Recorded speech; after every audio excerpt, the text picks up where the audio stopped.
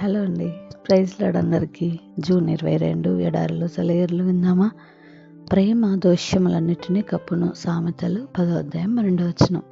ప్రేమ కలిగి ఉండుటకు ప్రయాసపరుడి. మొదటి కొరింథీయులకు 14వ అధ్యాయం 1వ వచనం. నీ బాధలను దేవుడికి మాత్రమే వినిపించు. కొంతకాలం క్రితం ఒక భక్తురాలి వ్యక్తిగత అనుభవాల్ని ఒక చోట చదివాను.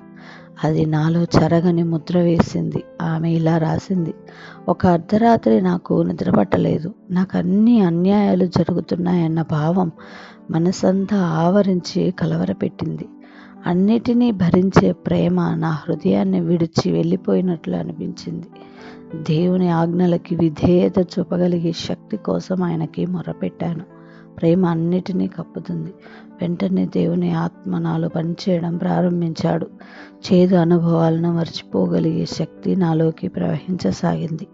మనసులో ఒక గుంట తవ్వాను. ఏకాగ్రతతో మట్టి అంతా తీసి లోతైన సమాధి తవ్వాను. నన్ను గాయపరిచిన విషయాలన్నిటినీ అందులోకి దించి త్వరగా మట్టితో పూడ్చేశాను. దాని మీద గడ్డి దట్టంగా పెరిగిన మట్టి పెళ్ళల్ని కప్పాను. గులాబీలను ఆ గడ్డి మీద వెదజల్లి అక్కడి నుంచి వచ్చేశాను. విశ్రాంతికరమైన తీయని నిద్ర పట్టింది. భరించరాని బాధపెడుతున్న గాయాలు కనీసం మచ్చ అయినా కనిపించకుండా మాయమైనాయి. ఈ రోజున నాకు ఆ గాయాలేమిటో కూడా గుర్తులేవు. కొండ ఎదను మచ్చ మిగిలింది. కొండ చర్య గాలి వానకి జారిపడి చెట్టు చేమ పెరగవు. కొండపైని పచ్చదనంలో కొట్టించినట్లు కనిపించే మచ్చ ఏళ్ళు గడిచినాయి. మచ్చ కూడా ముస్తాబైంది. గడ్డి దుబ్బలు, నాచు ఏపుగా పెరిగింది.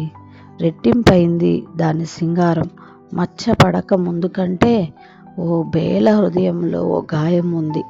జీవన మాధుర్యమంతా చేజారిపోయింది. కాలం గడిచిన కొద్దీ ప్రేమ చేసిన పరిచర్య ఆ చేదును మార్చింది. మధురంగా అల్లన దేవదూత వచ్చింది.